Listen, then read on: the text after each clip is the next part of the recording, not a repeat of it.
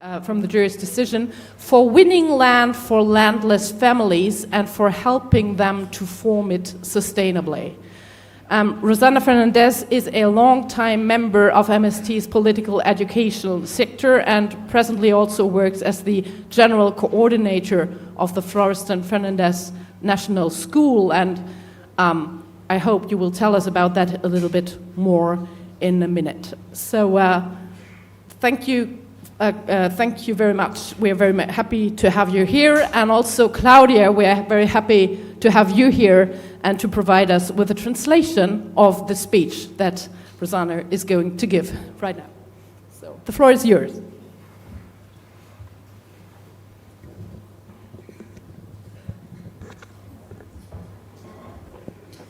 Boa tarde a todos e a todas. Trago aqui abraço afetuoso do Movimento Sem Terra do Brasil. The Brazilian Landless Workers Movement, MST, which this year completes 36 years of struggle to achieve its goals, which are the battle for the land, for agrarian reform, for social transformation in a socialist perspective. The MST is a popular organization that has more than 1 million people participating in it. The MST organizes several food production cooperatives. We are glad to be the largest producer of agroecological rice in Latin America. The MST implements educational pedagogy in 2,000 public schools in the conquered territories.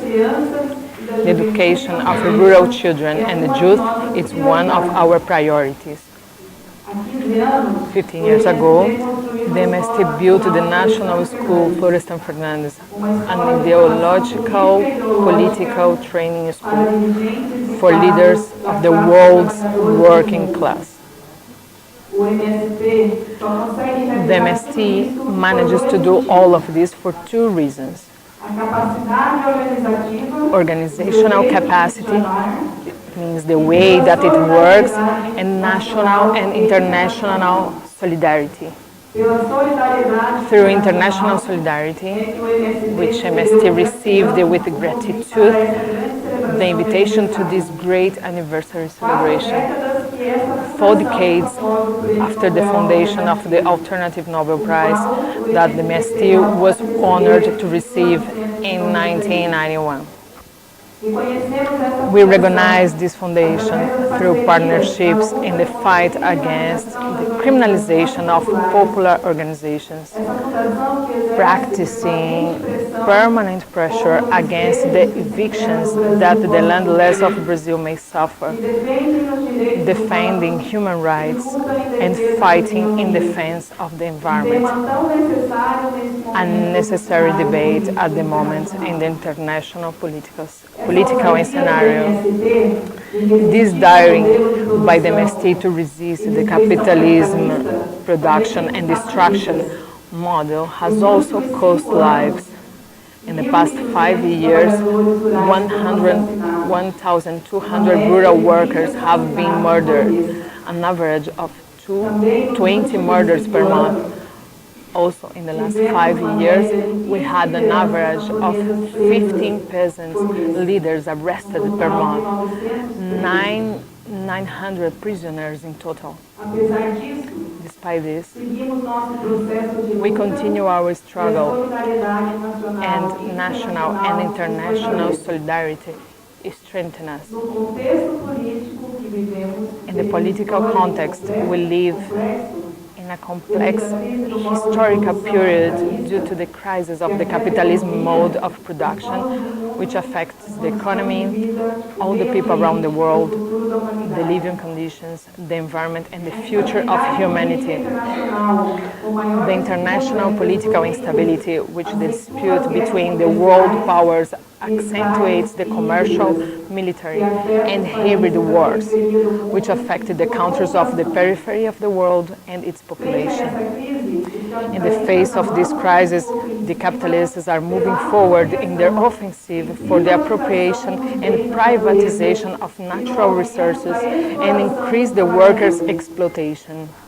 In addition, they destroy our democracies by controlling the state and taking away people's social rights.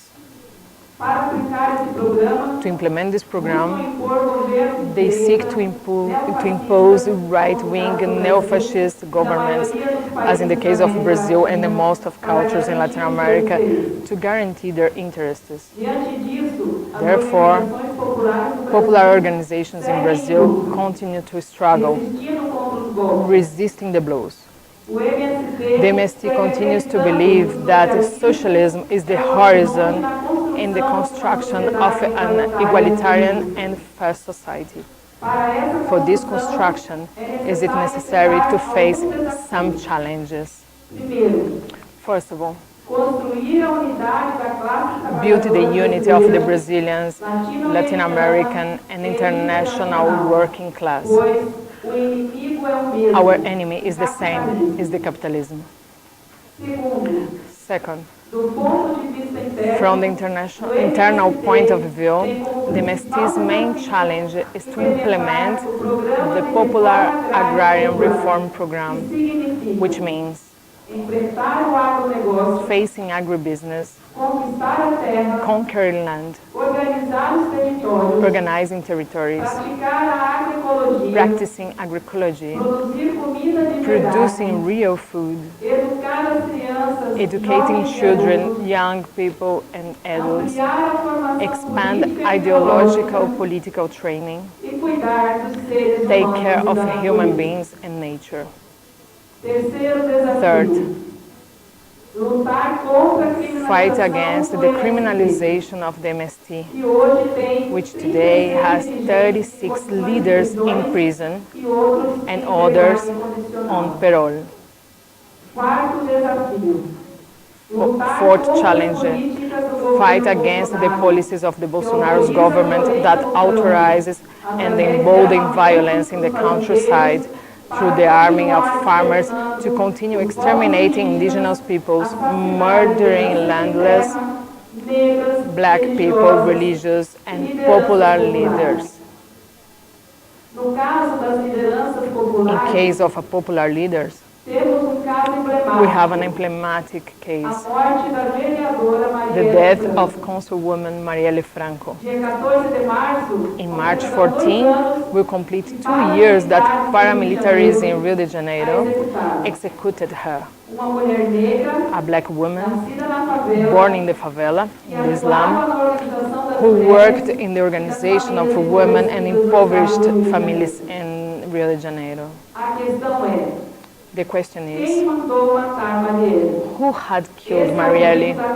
This is the cry of the Brazilian working class. The fifth challenge. MST is compromised to combat all forms of violence against women, children, and LGBTI+. There are many challenges, as you can see, but we will not abandon the fight. The challenges for us are fuel. They push us to organize hope. We will remain strong in the resistance.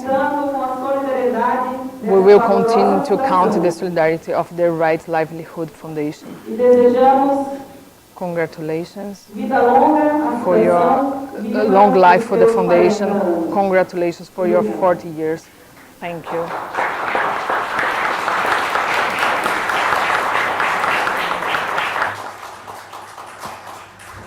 Thank you very much, Rosanna, for your very vivid description and also for the fantastic translation, Claudia. I'm sure that you will have some questions, and I ask you to keep them in mind because later on we will have time to talk about this. Right now, let's move from Brazil to Japan. Yes. Let's move to Miyuki Kinoshita. Yes. The chairperson of the board of directors of the Seikatsu Club Consumers Corporation, who received the Right Livelihood Award in 1989, and again I'm quoting from the jury's decision, for creating the most successful, sustainable model of production and consumption in the industrialized world. So, Miyuki, thank you very much for being here and for sharing your work and your vision with us today. Thank you for your kindness introduction, Allen. Firstly, thank you for inviting me to speak at this important event. I am Miyuki Kinoshita, chairperson of the board of directors of Seikatsu Club Saitama. Seikatsu Club is a consumers cooperative based on the collective purchase of food and goods for daily life. We have 400,000 members in 21 prefectures in Japan. Seikatsu Club won the Livelihood Award in 1989.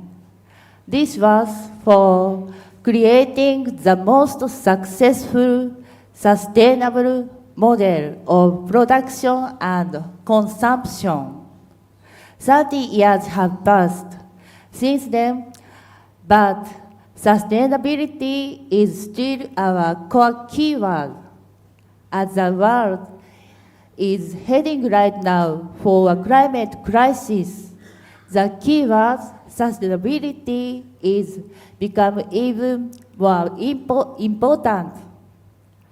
We are now working on 4 projects. Firstly, we spread the use of renewable energy to reduce CO2 emissions. Unfortunately,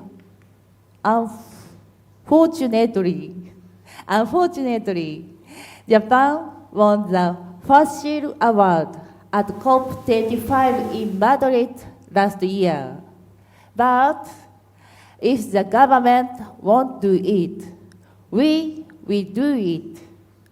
Consumer cooperatives, including Seikatsu Club and student organizations, are getting together as a movement.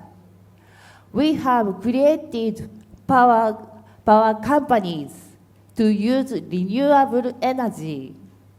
Users are increasing. This is a concrete effort to say no to the use of fossil fuels and nuclear power. Secondly, we pursue safety, health and environment in all our processes, from the choose of raw materials to production, distribution, consumption, and disposal. For example, we support the life force of our land and seas by reducing pesticides, chemical fertilizers, and antibiotics. We strongly oppose the monopoly of seeds by multinational companies. The food we eat is a blessing from the earth. It is important to choose methods that place as small a burden as possible on nature. Thirdly, we promote on our own responsibility the reuse and recycling of our products, packages, and glass bottles. This effort, which has continued for 25 years, cuts CO2 emissions. It is also an action that leads to a solution for the problem of ocean plastic now growing on a global scale. Fourthly, we have created mechanisms for diverse forms of mutual aid in the local communities. These help people to bring up their children in security and live in their own communities, whether they are elderly or have disabilities. These are our actions in our communities to create a society where no one will be left behind. Also, the basic concept of the SDGs. Living means consuming. The choice of what and how to consume is directly linked to what kind of future we want. The next generations are as important as the people who are alive today. We choose a sustainable lifestyle and coexist with nature, with aim for self-sufficiency in food, energy, and care. We must prepare mechanisms for our action, and including that members of people who will sympathize with this and join us. We must nurture people who can imagine the background and the future of everything we choose. Today, I would like to ask you to choose a lifestyle for social good in order to create the future we wish. To live for our children with the approach of a global crisis, the kind of lifestyle we choose is very important. In both the past and the future, with everything living on the earth, choosing a lifestyle for social good. Seikatsu Club has been working to create the future we desire. We will go on including the people and organizations willing to, with hope and courage and without fear. Let us go forward together as a great power. Thank you very much.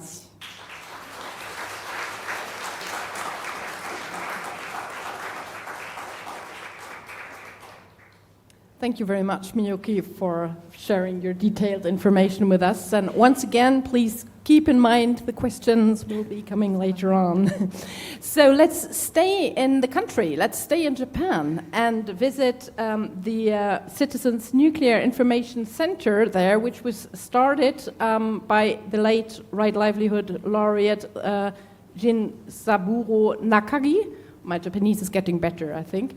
Who received the award in 1997 jointly with Michael Schneider, I'm quoting again, for the scientific rigor of their research and the effectiveness of their dissemination of its results, which have alerted the world to the unparalleled dangers of plutonium to human life and empowered many to resist the misinformation and the secrecy whereby the plutonium industry imposes these dangers on the public. So against this background, I may introduce Caitlin Stronell to you, who works as a researcher with the Citizens Nuclear Information Center. So Caitlin, the floor is yours. Okay, thank you for that lovely introduction, Ellen. I thought I would talk a little bit about Takagi-san. He himself was actually a nuclear chemist who joined the Japanese nuclear industry right at the beginning when everyone thought it was going to be the savior of Japan and provide all the energy which Japan didn't have. And he was also thought it would be a great idea. He worked with a company affiliated with Toshiba, which is one of the major Japanese nuclear manufacturers. But he quickly became concerned about the dangers of radiation to the general public, and that scientists were not being honest to the public about these dangers. In his acceptance speech for the Right Livelihood Award, he said one of the most important responsibilities of scientists is to make clear what we know and what we do not know, and also to point out the uncertainties of the scientific and technological project in which we are involved.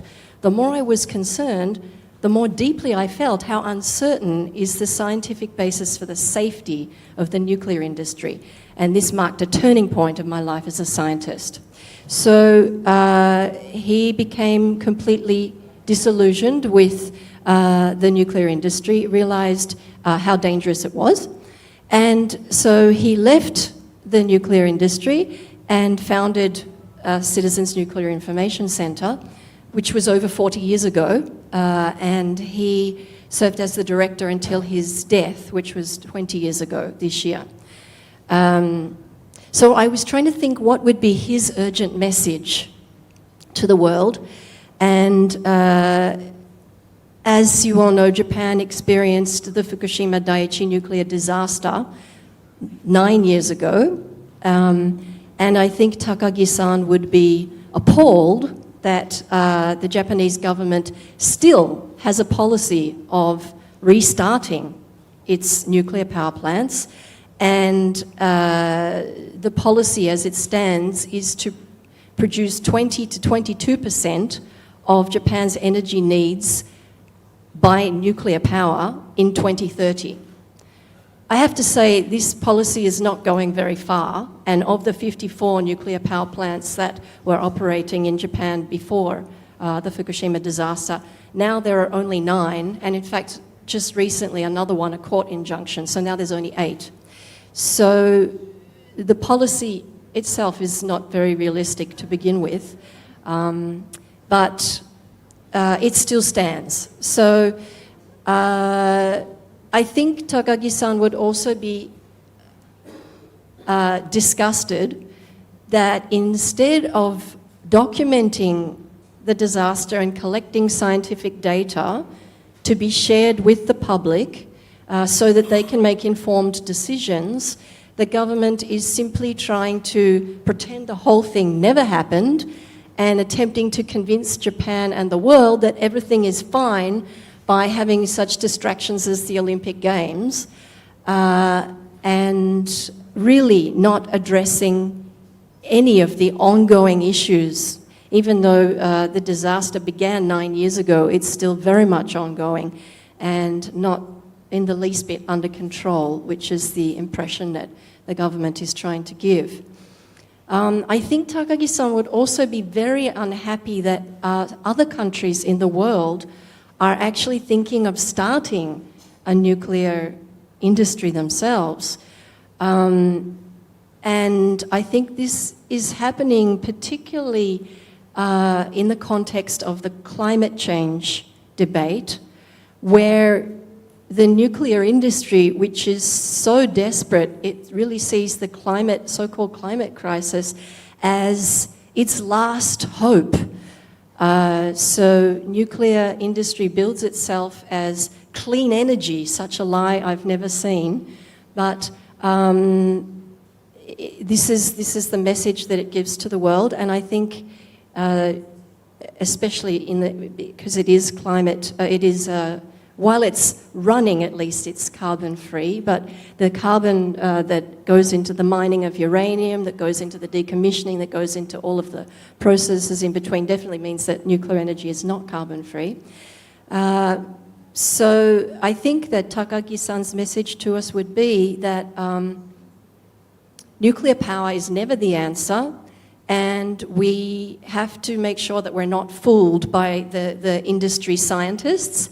So our work at CNIC is basically to enable citizens to be able to understand the issues associated with nuclear power, which means making sure that the knowledge and the understanding is available for citizens to make their own decisions and to conduct their own science, which can counter the science of the industry and the government.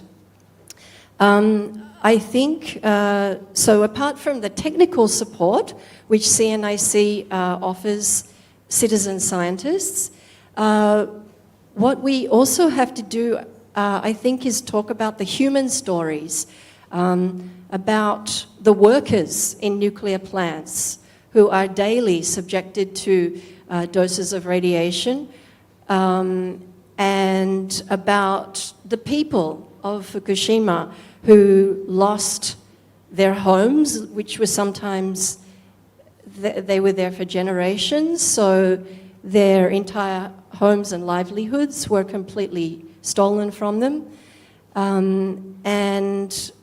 This is not like any other disaster where you can kind of rebuild afterwards. It's much, radiation doesn't really obey laws of space and time. It just goes on. So this is, I think, another thing that we have to also convey is the human stories.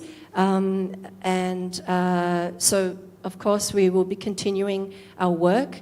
The message, I think, is that we have to empower people to be able to make their own decisions and not leave it to the so-called experts.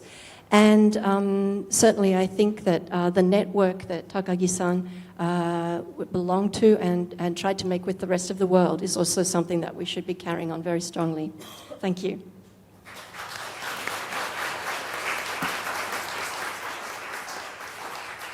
So thank you very much for sharing your insights with us. The three of you mentioned a lot of different themes, so I can imagine that there are a number of questions coming up. And thank you very much for Ryoko Shimizu for coming up and sitting at our table to facilitate this discussion, because she will translate into Japanese and, of course, into English backwards.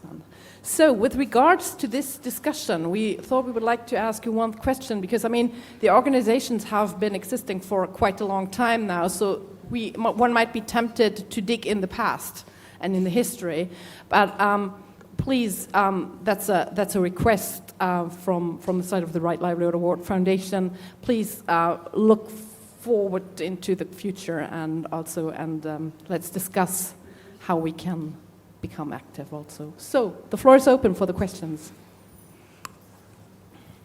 Yeah, thank you for this insights. And I was especially, because I'm coming from the anti-nuclear movement, moved by Kathleen, because I think you brought up a very important point, which I also want to discuss probably more, and we can do that more also in the Right Livelihood community, is that science is not neutral.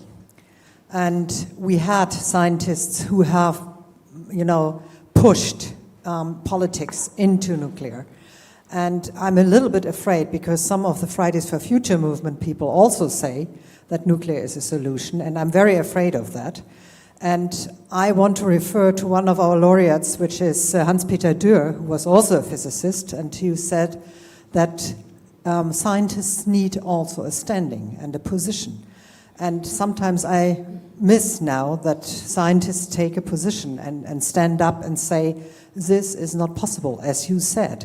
And some of the scientists for consciousness in the 80s, 90s, and so on said. And I remember I belonged to the Social Democratic Party, that the only one who was against entering a nuclear adventure, so to say, in the German parliament was a nuclear physicist from my party who was against it, which is very amazing, because he was the one and not the others who were no scientists. So I think we have to build up also circles with scientists who want to take consciousness and want to stand and not simply follow the idea that scientists always do the right thing. And I thank you for that, putting up this again. And the question is how much you cooperate also with Fridays for Future to talk about these things so that it's not a solution, nuclear. And for MST, I have the question how the world can help you, because I think this is really a disaster what is happening in Brazil. And I'm really, very, very puzzled by the development, because it's your development which is now happening in a lot of countries, and I think the world community has to do something, and I wish we could do and help something to do something against it, and I really would like to know what you recommend, what from outside is we can do so that it helps you and doesn't disturb you. Thank you very much. Shall I take the other question? Thank you for that, Monica. I'm also very concerned about as an organization, we're very concerned about this debate on science. And even in terms of radiation, people talk about safe levels, and we try to put it into understandable blocks. But what is safe for one person might not be safe for another. If you're a grandmother eating slightly radioactive food, it's quite different from a child eating it. So there really isn't hard and fast answers. And I think we expect science to give us hard and fast answers. And so we have to really realize that this is not true. For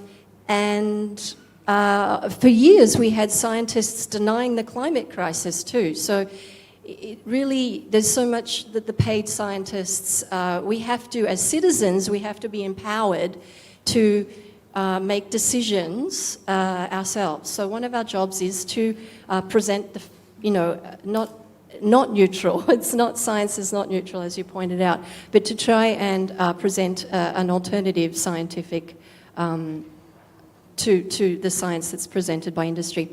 Regarding cooperation with Fridays for Future, actually, unfortunately, in Japan, it's not a major movement yet. This is very sad because, in the rest of the world, there's massive youth movements that are marching for climate, to support climate justice. It's growing in Japan, but it's not anything like the climate issue hasn't really come to Japan in the same way it has in the rest of the world. It's never an election issue. It's not really taken up by the media. So in that sense, it's not, that is a problem. We need to actually make it more of an issue, but at the same time we have to make sure that nuclear is not presented as a solution. I think in Japan, because of Fukushima, nobody's ever really, it's very hard to get up and say, except if you're the government, but it's very hard for anyone to really get up and seriously say that nuclear is a solution. So I think maybe the young people, even though Fukushima is now 9 years ago, I think there's still enough of a collective memory in the country to realize that that's not the case. I'm more concerned maybe in the rest of the world, and we should be getting the message of Fukushima out more to the rest of the world so people can realize that it's not as sexy as the industry says, and it's not the thing of the future and, all of the problems. So, I think that's something that we need to work on as an organization.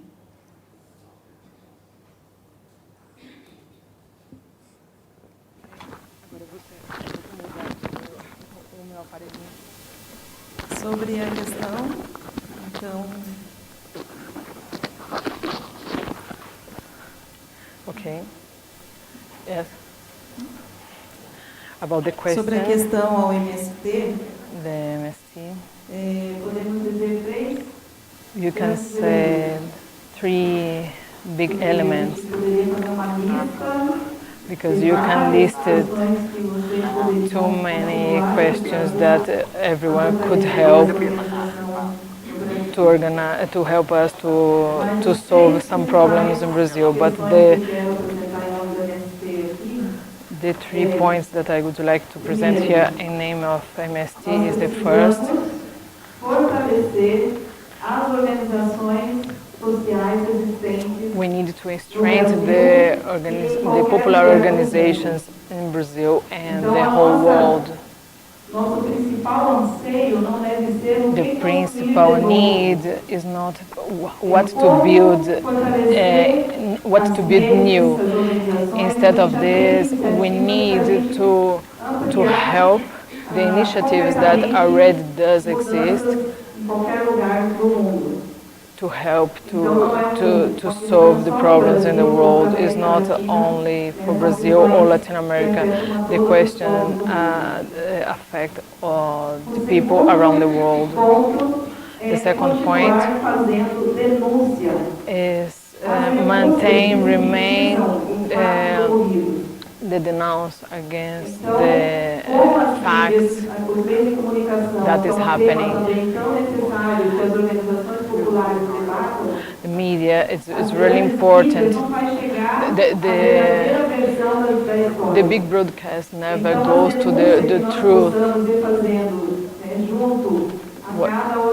So everything that we need to strengthen the communication with everyone, from NGOs, from organizations, and the university, in all spaces that we are, you need to denounce what is going on, what is happening, seeking the visibility. Otherwise, it's like if it is not happening. And the third point in the ambiental question, the MST, in order of the disaster in Amazon, that is the result of the human actions in the last years, is not only now, is the consequence of the decades in this action of destruction. So MST decided to plant trees in the conquered territories, where 1 million people that are organized in MST. So our goal is from 2012 to 2013 to plant 100 million trees in the next decade. So the message, or the urgent message for the world, let's save the planet Earth and the humanity. We are calling everyone to plant trees in our world. This concrete action to everyone here, that we could build a huge campaign, a global campaign to plant trees in the world in order to save the humanity. This is our message. Thank you. So thank you very much. One thing to put on my personal to-do list, planting trees. So, are there any more questions? Yes, I can see 3. 1, 2, 3. Yes. 4. Oh, I'm sorry. I can see. Yes, 4. Shall I start? 1, 2, 3. Yeah. So I have a question for Rosanna about. So she was saying that 1,200 people have been killed in the last 5 years. So I was wondering how this can actually get worse with Bolsonaro, and what Bolsonaro is doing to make this even worse. And then, well, another question was, she replied what we can do, but that's fine. So that's all.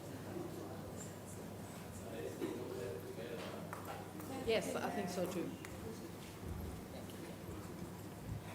Thank you very much. My question is to Kathleen. Thank you for raising the nuclear issue. One is a quick comment. One of the laureates is Judge Christopher Veeramantri, who was a former vice president of the International Court of Justice. And according to him, the most significant international case that came before the World Court in 1996 was the question of illegality of nuclear weapons. And he wrote a very strong dissenting opinion in which he says nuclear weapons are illegal under international law in all circumstances. I just wanted to underline that. And just, Caitlin, the question is now Fukushima.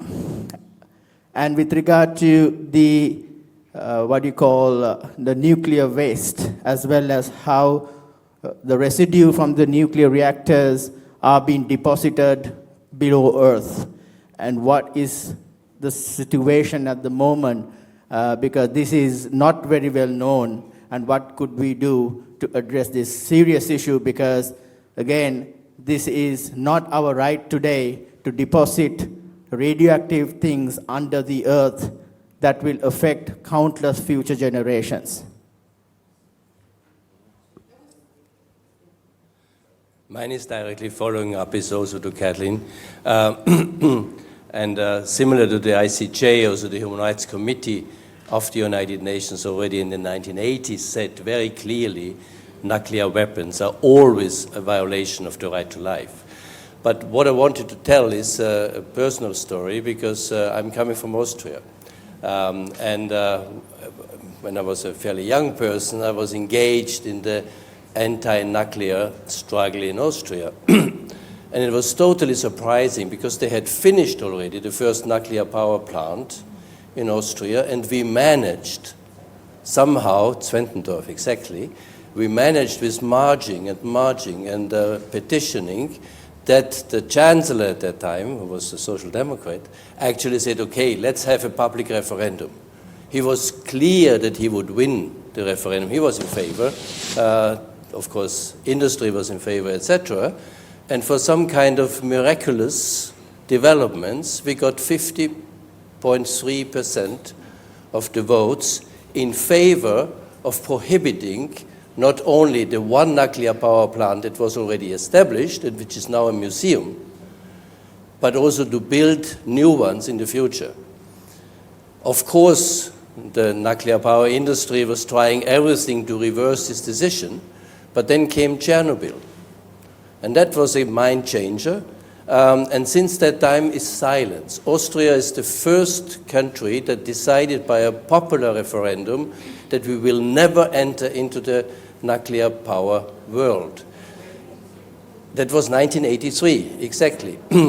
Or it was even earlier, 1978, I think it was. But why do I say that? Because when Fukushima happened, Angela Merkel, for instance, said, Germany will get out of it. So what is, and that today is forgotten already, I think what is important is that immediately after such an event, in Japan, in Germany, in other, people should actually try to get a popular referendum. That's the time when people are afraid. And that's when the majority of the people in most states would actually vote against. And that is very, very difficult to change afterwards. And that would be a good strategy to getting out of this stupidity. Right, could you please pass on the mic there? Thank you very much for your sharing. So I have this question. So we were talking about the problem of nuclear power, and also about the problem of like deforestation in Brazil. But the point is that why do Japan need to develop nuclear power, and why do Brazil need to, like, they think that they have to clear the forest for like monoculture and also for cattle ranching. So because if the country still pursue economic growth, so they will have to raise the like energy demand. So in Japan, nuclear power is like very stable compared to renewable energy. Is quite there's a lot of intermittency. So if you want to use renewable energy, either you have to use the battery system, or you have to use this along with some kind of like baseline, like the backup energy, such as like fossil fuel or nuclear.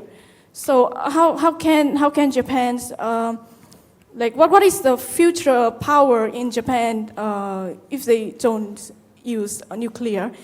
And also, as long as they want to pursue economic growth, so in every country they need to give like opening up new power plants and clear more forests, because Brazil is on a very big exporter of animals, like food for animal agriculture, and also for beef and chicken.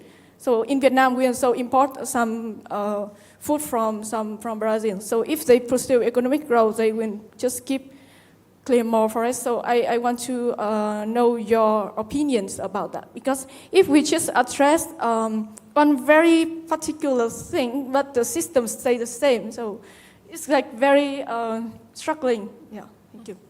I know that there was a question there. Do you think it fits within the context? Yeah. Okay.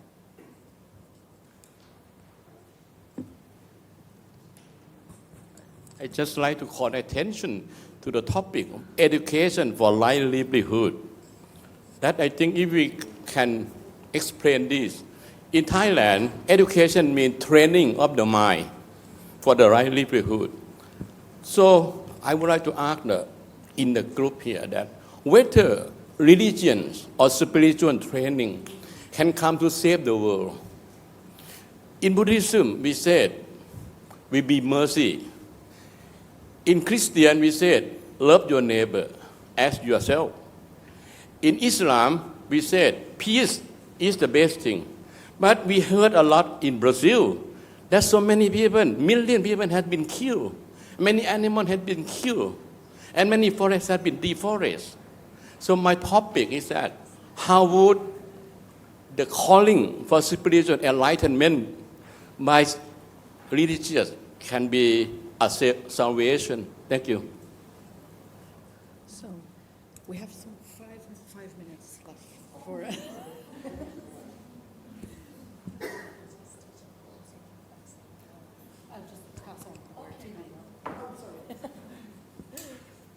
Okay, we have 5 minutes left, and there's all these questions.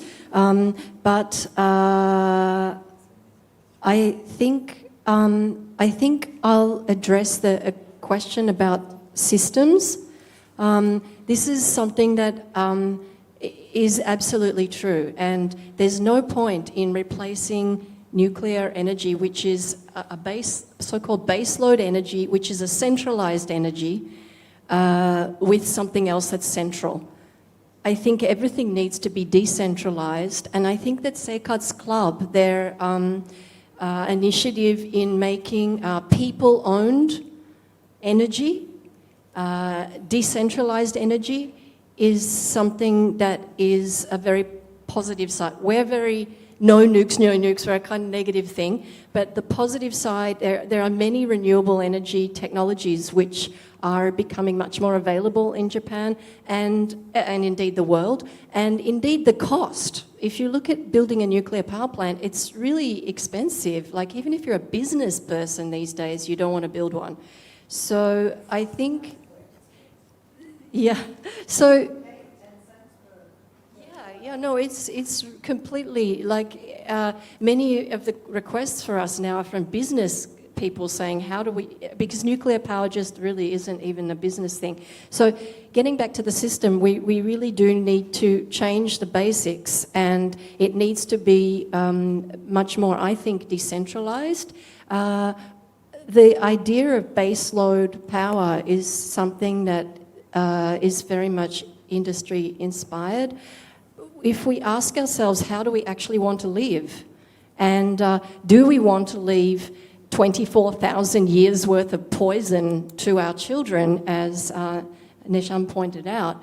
The waste problem is insurmountable. It can't be, it's always just been put on the back burner. Oh, we'll deal with that later. We're really smart scientists. We'll think of something. Well, it's been 60 years and nothing has been thought of. So I think, time's up. And we really need to agree that this is a failed technology, and the waste issue is a disaster. I don't have any answers. Some people say that we shouldn't be burying it. We should be keeping it above ground in dry casks where we can keep an eye on it. But who's going to keep an eye on it for 24,000 years?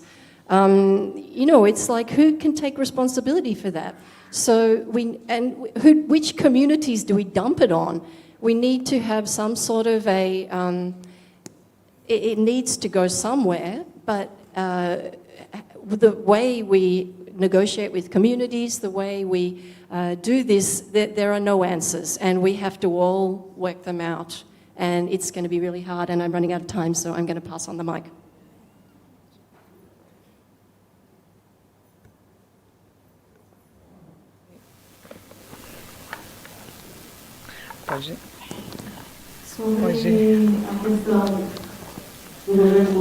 About Bolsonaro's government, the murders, we cannot say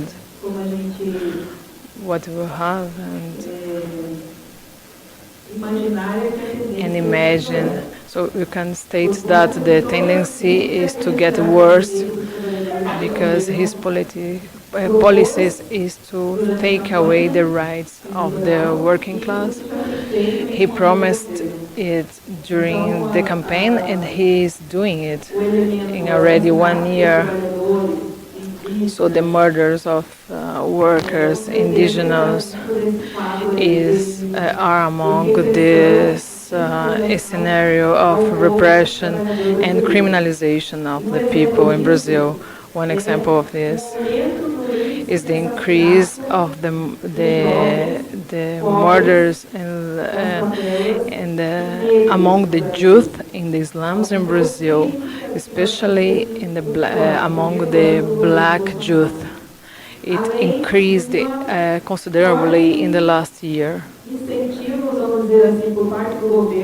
And the government are emboldened, encouraging through the Ministry of the Family, that is a ministry that never existed before, that regulates the moral and don't respect the Brazilian organization, the nuclear organization family, and embolden homophobia that encourages racism, homophobia, and religious discrimination.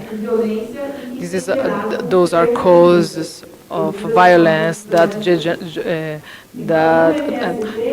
those causes a loss of too many lives during this period. We're talking about 1 year. So this street occurred through assassination, but imprisonment as well, including MST and other social organizations. About the ambiental issue, why Brazil needs a monoculture agriculture. We don't need to expand the monoculture. This is a project from the capital, represents from the agribusiness. The agribusiness invests in the monoculture to raise their profit and lose the production of food for the people. So they increases the exportation.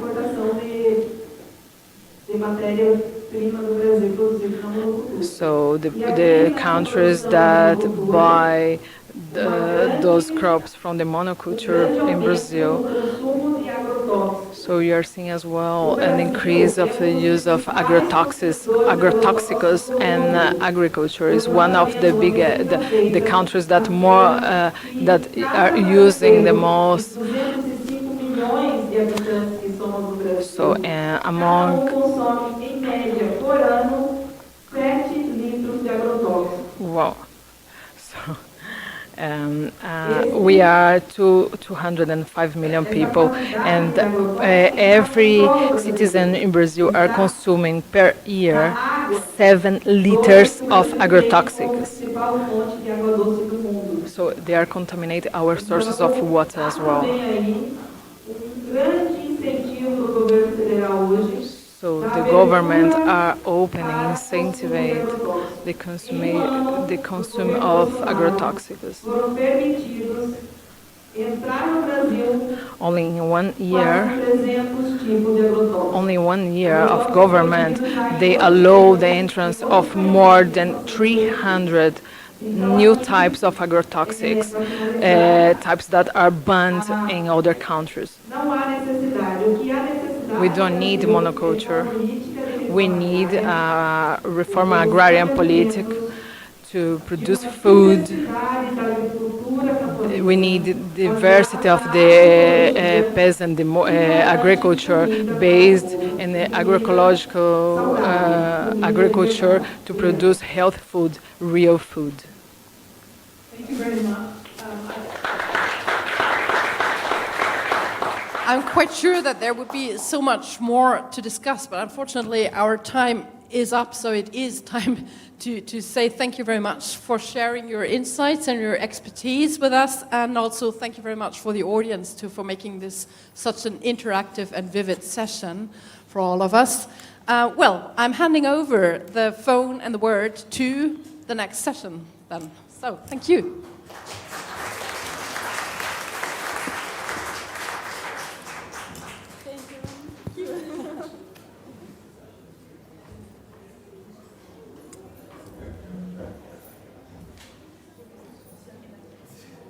Thank you so much, Ellen, and thank you all for the last session, everyone involved. It took time a lot, right? But it's a valuable dialogue among us. And are you guys need energizing? Or are you still alive? It's okay to continue? It's okay? It's a little bit low, the sound. It's okay? Okay, good. Now it's time for another panel called Education for Right Livelihood, Connecting Activism and Academia with Future Generations in Mind.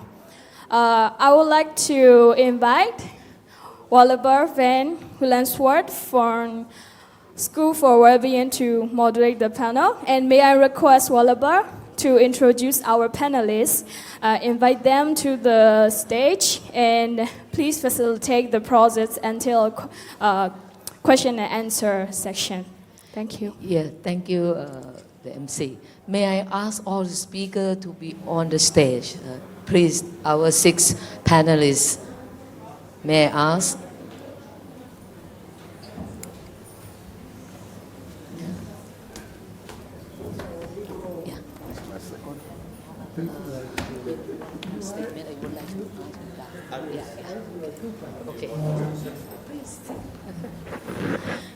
Yeah, we are the last session of the one before last, because we will still have a youth statement.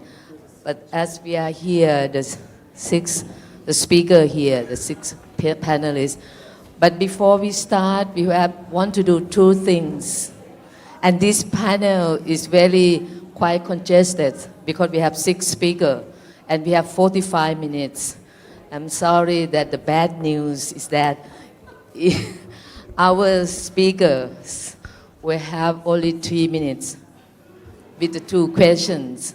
And then we will have the last 15 minutes, I hope, for the interaction, so if you won't mind.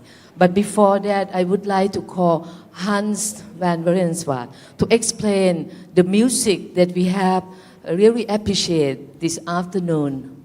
What it's all about, who they are, all these youth. Please, Hans.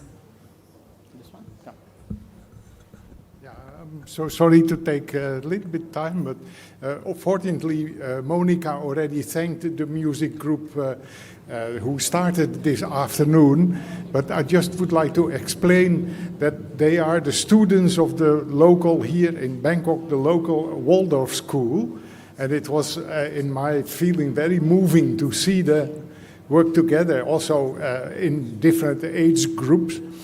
And we know the school from a very small beginning, and every time as we have an event, they will contribute. And I'm sure I speak on behalf of Dr. Porn and his wife Jan Pen, who are the founders of this school, that they find it important to contribute to our movement. And the Waldorf School is also linked to Sekem. There's also a Waldorf School in Sekem. So then you understand a little bit how things are interconnected. Okay, thank you, Hans. We have a young people from Waldorf School. So the second one, point is that Nation want to address something. Please, Nation. Thank you very much, Valapa. Ladies and gentlemen, if I may have your attention, it's a great honor to be here again, but I think it's our duty to respect all the laureates who are no longer with us and unable to be here for various reasons, but fighting for our humanity and for the planet. So if you could either stand with me or be seated as you are comfortable and maintain 30 seconds of respect, it'll be greatly appreciated. Thank you.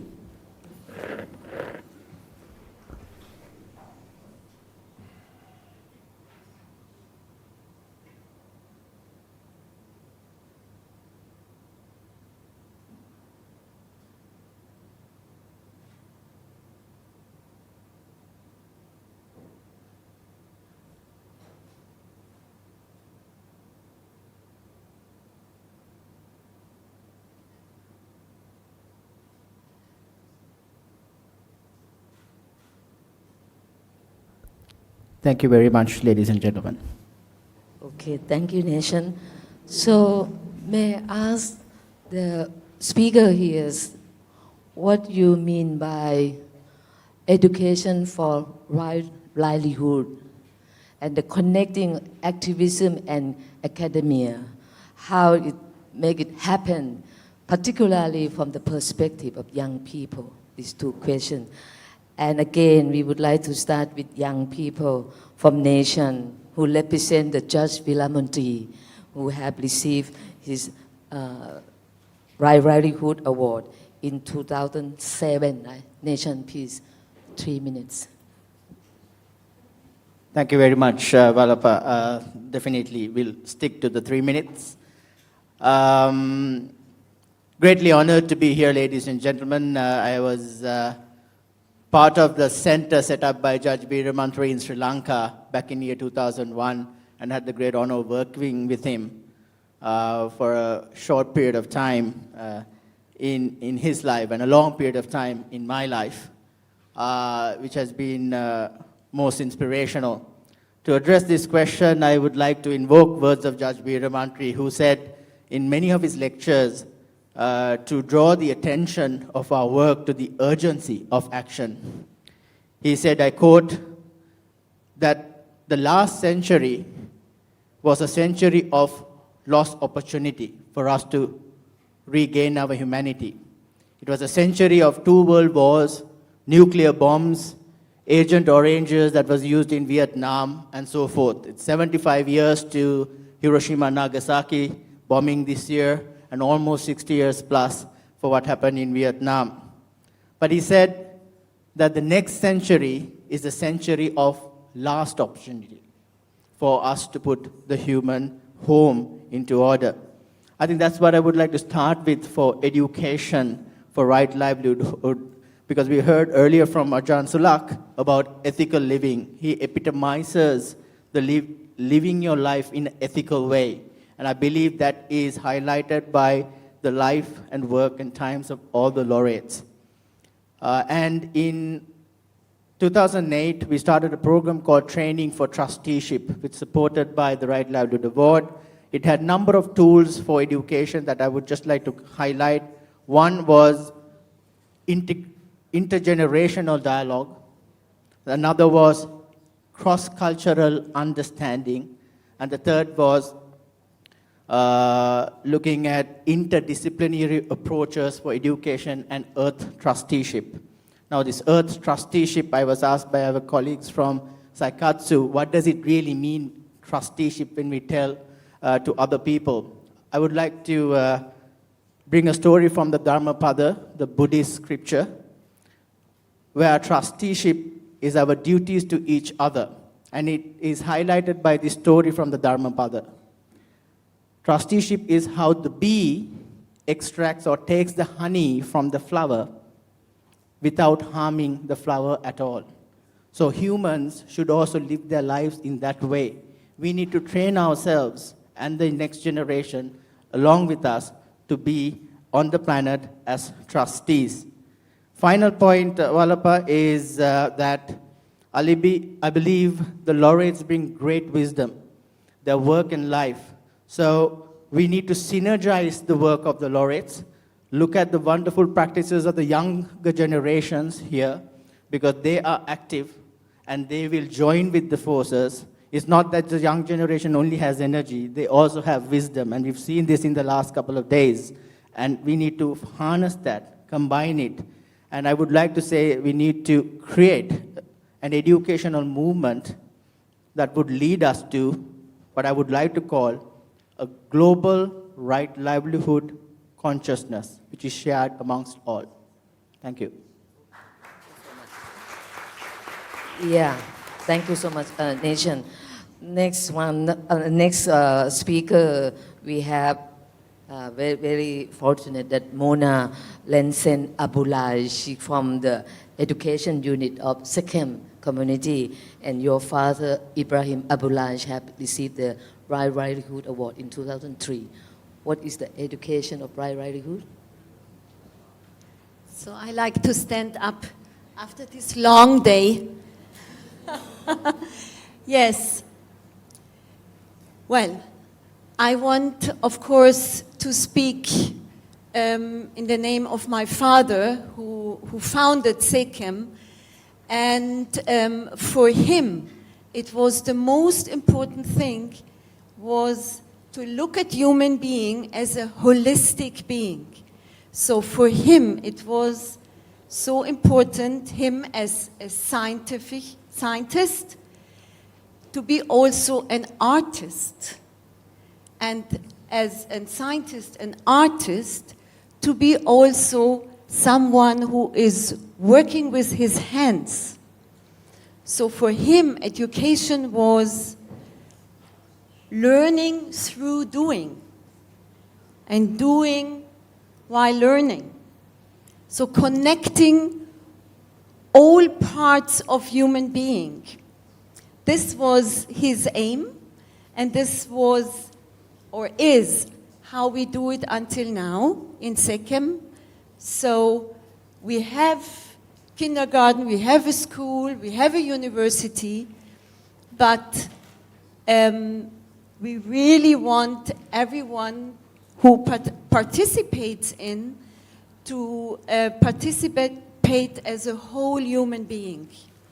And he himself, I think, was a very strong symbol for it, because he worked as a farmer and he worked as a scientist and he worked as an artist. And this is how we cultivate it until today. So art is present every day in Sekem. We start with it in the morning and we end with it during the day. Art, part of education, serving education, and connecting with the spiritual world. Because if we are not connected with the spiritual world, then I think a lot of things happen as we heard during the whole day. It's when you get separated and you are not connected with your feelings, then you can do things just out of your mind or just out of feelings, not being connected with the spiritual world. So I think 3 minutes are past. I see. Can I conclude that it's a kind of education that help people have art of living? Art of living. Yes. Okay, perfect. Yes. Now we still at this side, at the right-hand side, not yet at the left-hand side. So we have Fiore Longo from the Survival International, who received the Livelihood Award in 1989. So what is the education of livelihood?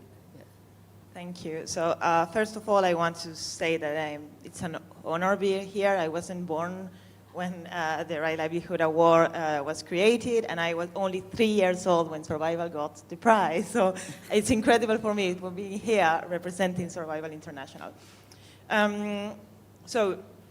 What is education for us? First of all, we are a global movement. Survival considers itself not an organization, but a movement.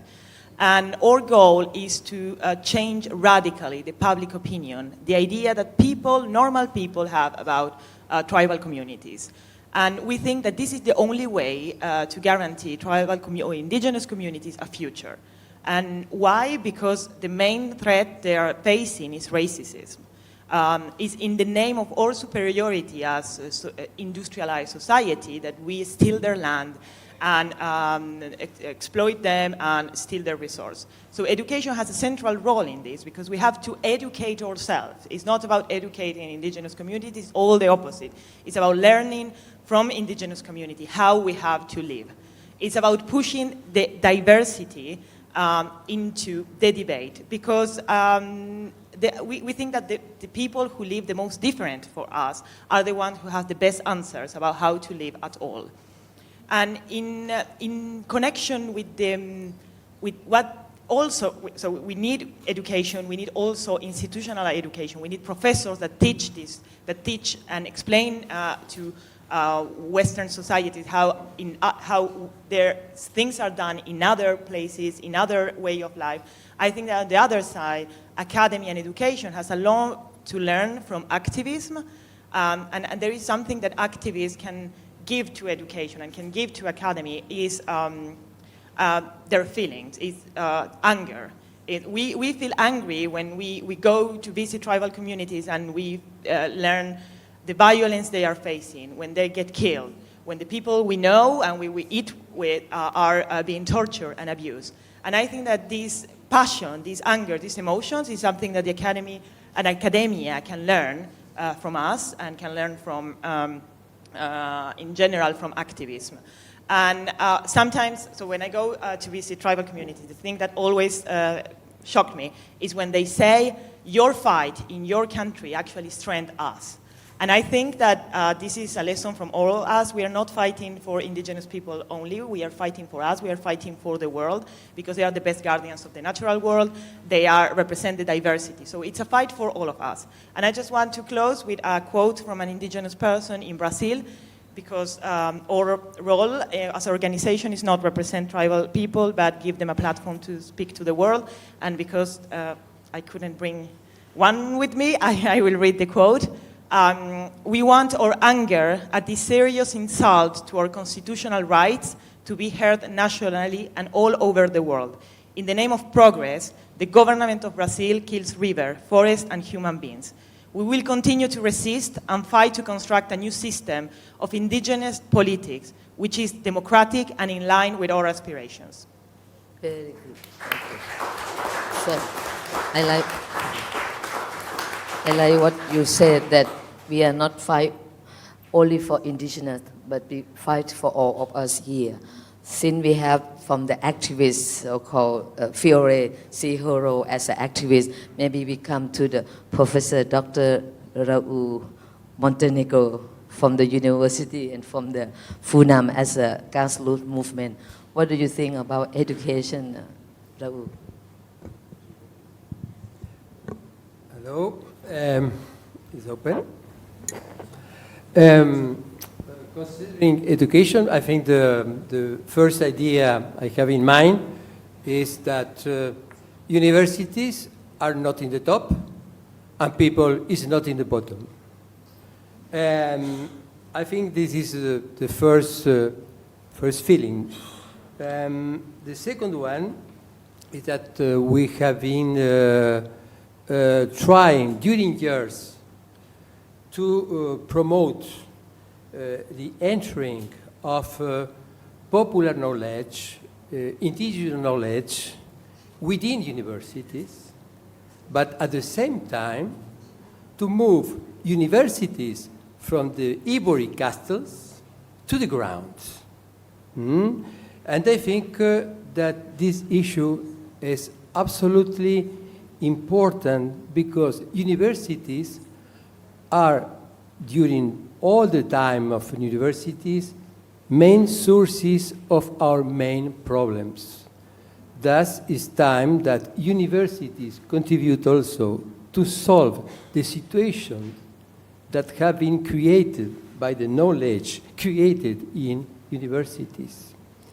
In this way, I think that two important issues need to be considered. One is how to fight. And we need to fight not solely in isolated way, but with people. And the poet Atahualpa Yupanqui of my country, he wrote that a small drop of water, even being small, with other drops of water, make a strong rain. And this is the way to make strong, furious rains for fighting against bad corporation, bad governments, and also the big mafias of the side of the government and of the side of the corporation.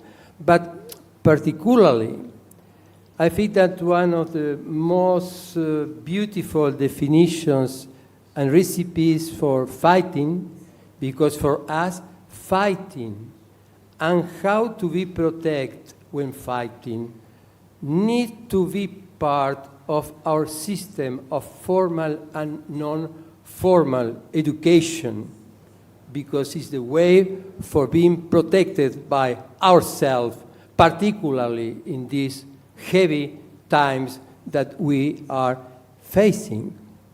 Sandro Pertini told that sometimes we need to fight not solely without fear, but also without hope.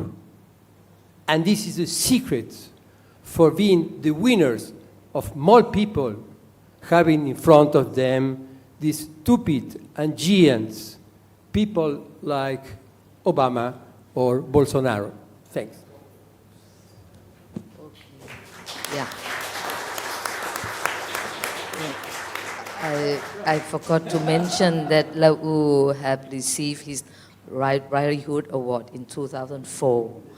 And another laureate next to Lau is the Nimo Bassi, who also received the Livelihood Award in 2010. And he now have a Health of Mother Earth. So Nimo, can you give the perspective how young people pursue the education of livelihood? Thank you so much, Walapa, and good evening, everybody. Good evening. Thank you very much. Now, I think young people have to particularly be attentive to the fact that education must connect the head to the heart. So don't just pack facts into your head, but digest what those facts mean. That is how to get wisdom, and that we need wisdom for living in the future we're going into. I've learned a lot from young people in this conference since yesterday. One of the things I learned was that we have a duty to make our disagreements much more intelligible. In other words, we don't have to fight because we disagree. We have to be able to capture our points of disagreement in a way that we can take action from those points. And that is why on the streets where we protest and march, we have to make sense of what we are marching for, make sense of what we are fighting, and make so much sense that those who are fighting against will have no arguments against what we're saying. And this intersection between academia and activism, learning, fighting, and acting at the same time. One other thing I want to actually say to the youths also is that we've got our lives disrupted in so many ways. Now it's time for us to begin to disrupt the system. That's really funny. Our lives have been disrupted, so let's disrupt the system to be able to restore our lives to a level that our lives will make sense. And I learned something from an Aboriginal leader in Australia who led a lot of campaigns against the government at the Aboriginal embassy, at the parliament in Canberra. And he said that there can be no justice without reconciliation. And the disruption in the world today is caused by injustices, inequalities. And for us to build justice in the world, we have to be reconciled to ourselves, reconciled to fellow humans, reconciled to all beings, reconciled to Mother Earth. This reconciliation is essential before we can achieve justice. So there can be no justice without reconciliation. And I want to end quickly by telling you a story from one famous Nigerian writer, and it's about this issue of being true to ourselves. And this is the point I want to make to young people and to old people. We have to learn to be true to ourselves.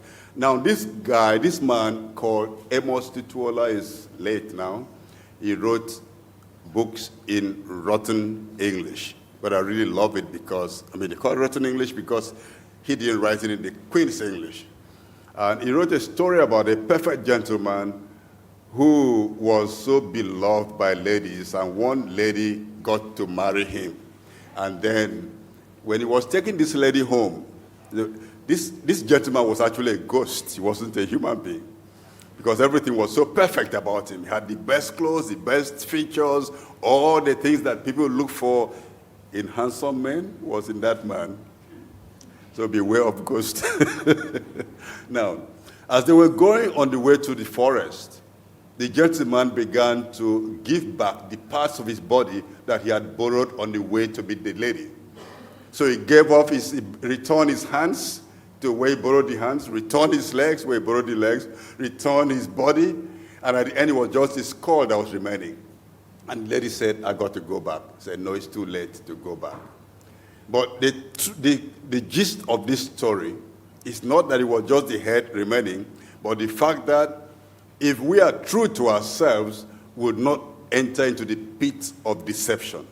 And so let's all be true. If you're only the head, let only your head be seen. If you only have hands, let your hand be seen. Together we can make sense of the universe and live a good life. I think this is what young people should keep in mind when educating themselves for activism.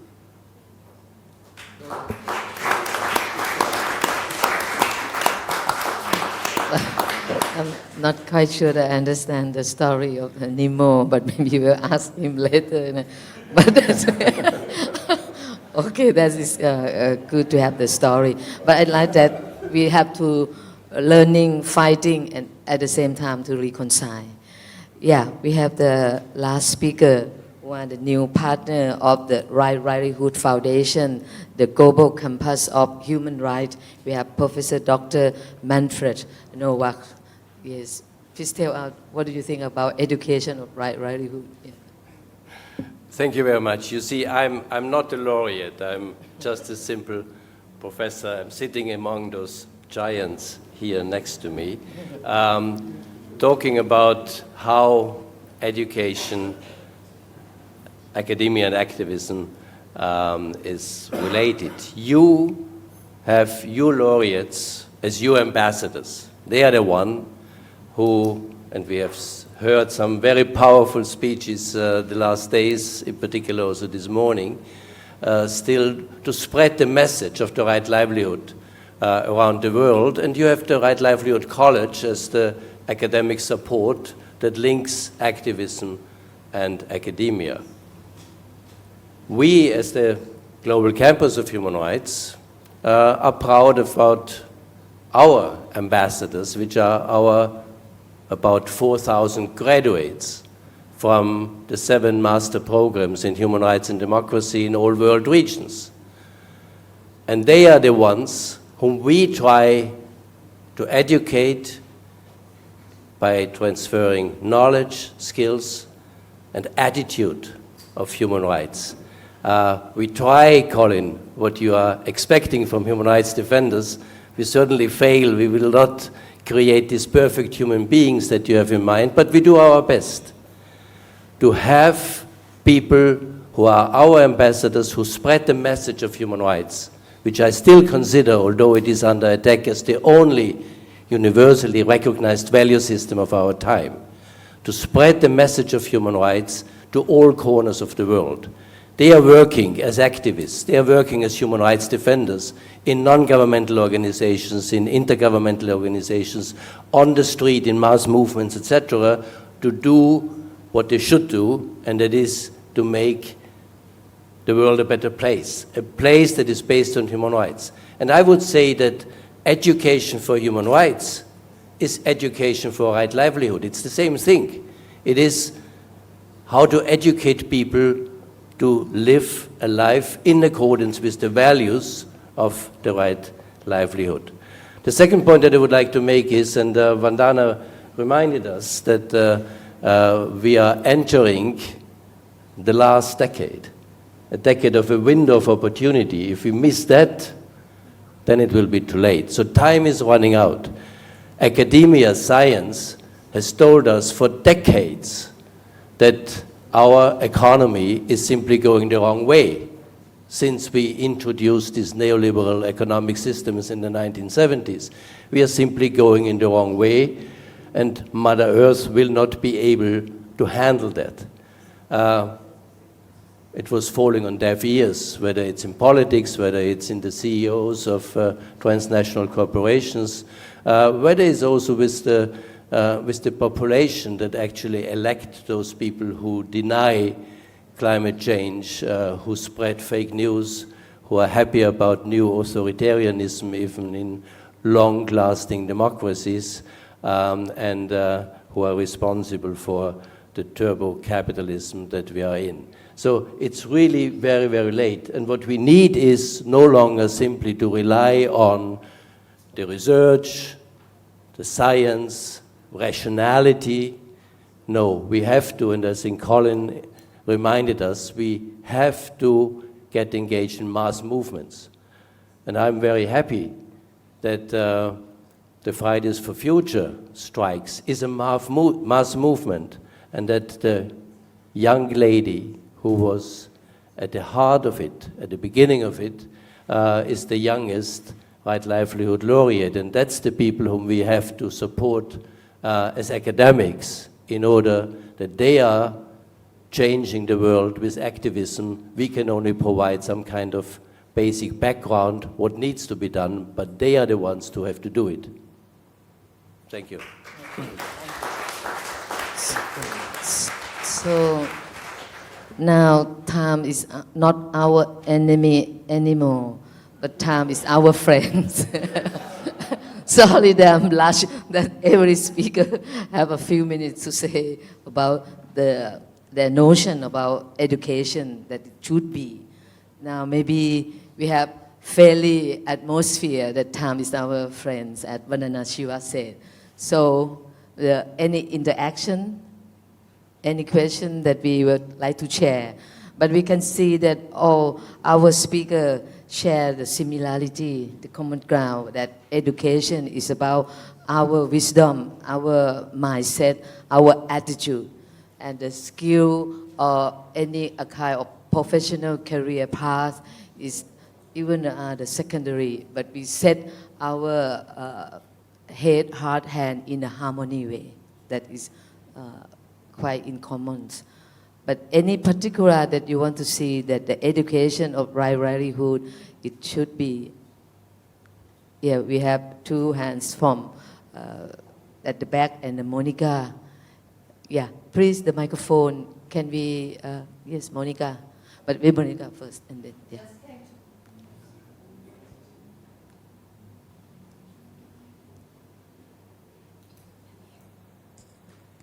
Yeah, it just came to my mind, as we learned also a lot from the young people. Probably we should skip the idea of education and simply talk about skill sharing or knowledge sharing, because we learn from each other. And it reminds me of one young guy who was at school with my daughter, who was really terrible in class. It was horrible with him. But because they were on the Waldorf school, they found his talents. And he is now a very knowledgeable chef. You know, he is a good cook, and he learned really what he wanted to do. And now he's a great guy. So you have to find and exchange your knowledges and your skills, and that's probably what we have to do, not to talk about education, but skill sharing or something like that. So, Kun China, very brief. I just like to say that I admire the knowledge from the Nile River civilization from Egypt, that she had told us that the people have to be holistic. Holistic means to be holy. And I just like to call attention to a book about the whole brain development by Roger Sperry, that art and science had to work together to be a complete human. And this is kind of how Tony Buzan has published a book. Education has to be balanced between science and art. Without, imbalance of this can go crazy. Thank you. Yes. I would like to add that before we go to the speaker, in order to have more remarks, I think that one thing that the education of livelihood or for livelihood is that we learn from our laureates how they really have a courageous, though in the midst of challenges and risks, they dare to do things. And I think that how we really harvest from our laureates, the 170 laureates around the globe in the circumstance that threaten their life, and they also have a courage to do things differently. And I think that is one element that the education of the livelihood, and that particularly to associate with academia in order to have a certain message, as you said, become a messenger to really help influence the established education system, and that how that proportion can be worked out. I think that is one element. So if it not, maybe we have time for second round. Maybe start with second. So now we have a little bit more time, so I can share something with you, that in our university we have 5 faculties, and we have something called a core program. And this core program is all about art, humanities, and language.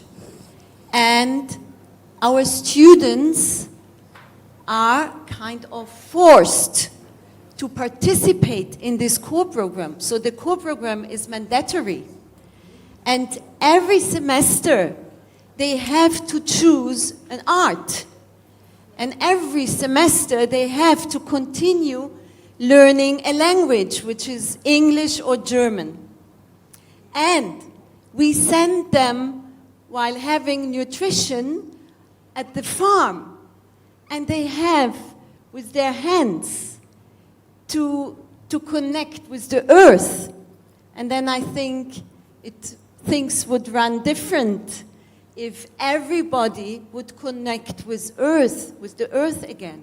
So, if we have pharmacists or physical therapists or engineering or businessmen or agriculture, they have to participate in this core program to be educated as a holistic person. They have to, and that's I think that the Sikkim have been proved already in this curriculum that will be good for the student, for the young people.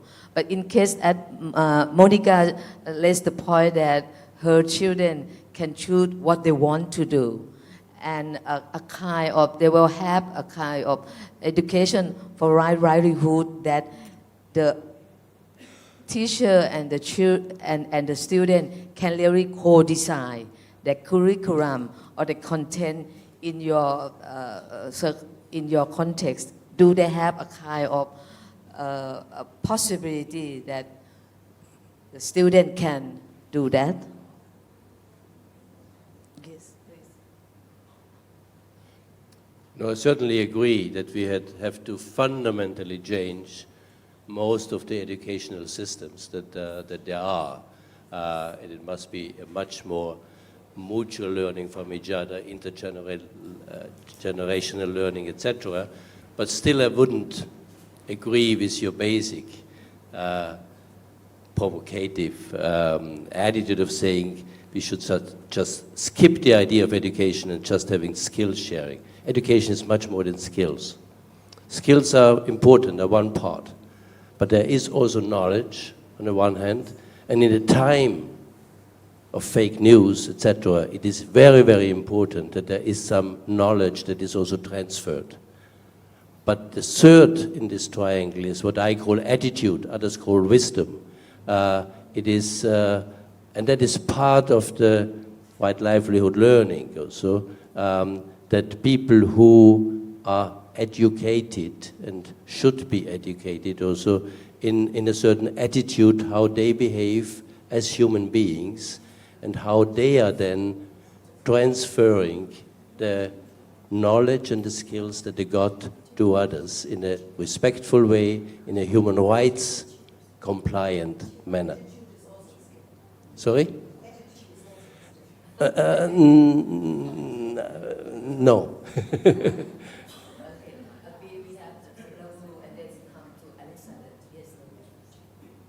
Yes, I think that it's important, as we are stating in the appeal that we signed, all the laureates here, is that normally we are thinking in education linked with formal and non-formal education.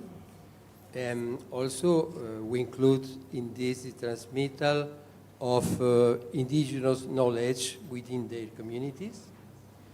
But we think that besides formal, non-formal, these traditional ways of transmittal in indigenous people, we are facing also open education. It's all the contents in internet, all the information moving in social networks. And even if we can revise it, we need to revise it, the definition of education. Today, education is everything. Because what means education? It's trying to influence human behaviors. And what is influencing human behaviors? Everything. Thus, for us, education is everything, and we need to take care that in the future times, this presence of the open education will be bigger, because most of the people in this planet never enter in the system of formal and non-formal education, and they solely enter in the network of internet and social networks. This is only to take care that education really is everything.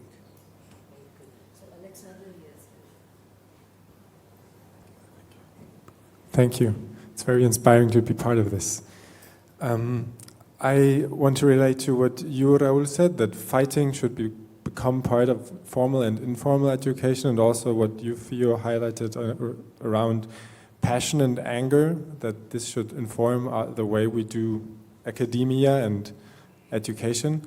And I can relate a lot to that, but in the role of a facilitator or, let's say, educator, I often experience the challenge of how do I do that? How do I teach that or share this knowledge without imposing my political view or opinion? I felt a certain responsibility not to become like a missionary in that moment, but just considering this an important part of democratic skills or trainings for civil disobedience and things like that. So maybe you can share examples or insights how to deal with this tension.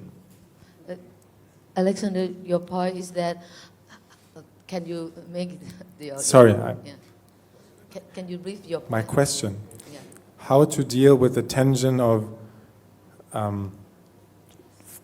fighting as a part of education and teaching others how to deal with it, and on the other hand, not trying to impose my political views on the people that I'm sharing the knowledge with.